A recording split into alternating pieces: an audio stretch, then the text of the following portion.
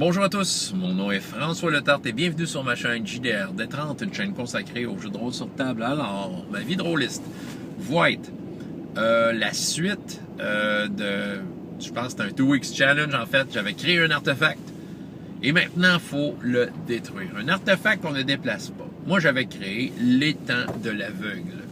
Le lien est en bas si vous voulez aller voir exactement c'est quoi cet artefact-là. Mais en gros, c'est un endroit dans lequel on va les yeux fermés pour avoir des visions. Donc, vous voulez des détails sur c'est quoi, ben, je vous invite à voir la vidéo. Je ne ferai pas le résumé plus complet que ça ici. Je pense que d'aller voir la vidéo que j'ai créée va vous donner tous les détails nécessaires pour bien comprendre, mais qu'est-ce qu'il faut faire maintenant pour le détruire, cet artefact indéplaçable-là. Et croyez-moi, c'est pas facile. Et oui, c'est un artefact de malheur pour certains. Et ils veulent s'en débarrasser. Ils trouvent que c'est un paquet de troubles. Et le monde se porterait bien mieux sans lui.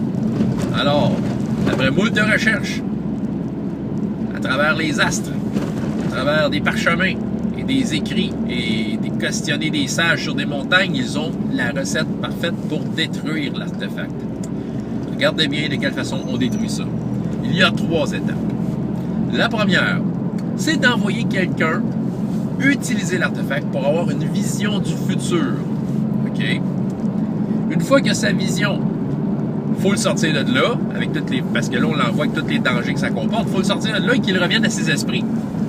Et s'il revient à ses esprits, s'il réussit cette épreuve, eh bien, la vision qu'il a, il a une mission maintenant. Il faut qu'il s'assure que la vision ne se réalise pas. Ça peut être assez facile, mais ça dépend, hein? On peut être surpris. Je vais vous donner un exemple. Il a eu une vision d'un futur enfant que la reine aurait avec le roi. Ben, écoute, il peut s'arranger que l'enfant ne naisse pas. Hein? Il peut s'arranger que, je sais pas moi, il peut tout faire en sorte que le roi et la reine divorcent, puis que la reine s'en aille ailleurs et ait un enfant avec quelqu'un d'autre. Au moins, il aurait réussi. C'est une façon comme une autre.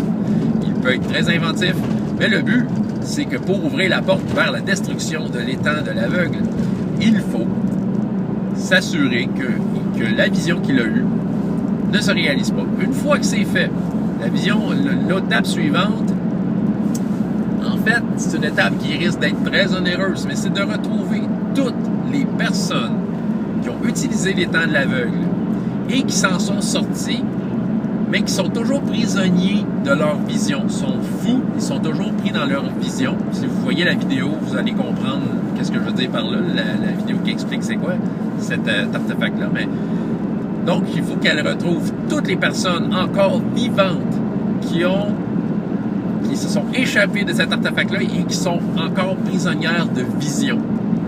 Donc, ils doivent libérer ces personnes-là de leur vision, peu importe la méthode.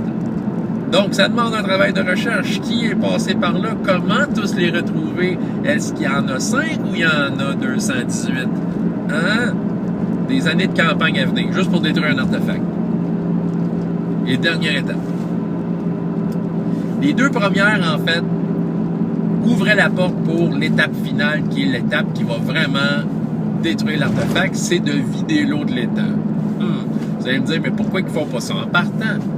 C'est parce que tant que les visions sont là, les visions sont un peu à travers l'eau. Hein? Puis c'est ça. Puis tant qu'il y a des visions en cours, tant que la machine fonctionne, bien, il va toujours avoir de l'eau. Peu importe, tu le vides et ça va se remplir. Les fameuses pierres qui flottent vont flotter toujours, c'est ça. Mais là, si on a réussi à enlever les visions à tout le monde et qu'on a un peu perturbé la fonction de la machine en empêchant une vision à venir, eh bien là, on est prête. Il faut faire vite. En fait, ce que ça prend un être particulièrement magique qui va boire toute l'eau. Ouais, ça prend quelqu'un qui boit l'eau. Idéalement, un dragon. Avec un dragon, t'es sûr de ta shot. Donc, il faut que tu convainques un dragon de venir avec toi puis de boire l'eau de l'étang. L'eau qui est peut-être pas super propre et très bonne à boire. Donc, il va y avoir beaucoup de négociations à faire si on veut se rendre à notre... réussir notre affaire. Je vous l'avais dit que c'était difficile à détruire. Voilà. C'est ça. Comment détruire l'étang de l'aveugle? 3 étapes. avoir une vision du futur et s'assurer que cette vision-là ne se produise pas. Rechercher toutes les personnes qui sont encore prisonnières de leur vision, des visions qui ont été générées évidemment par l'artefact, et s'assurer qu'elles n'ont plus de vision. Et à la fin, vider de son eau l'étang en la faisant boire à un dragon. C'est ça. François Letard, JDR Détente, et jusqu'à la prochaine fois, il y a autant de plaisir dans la vie que dans les jeux. Au revoir.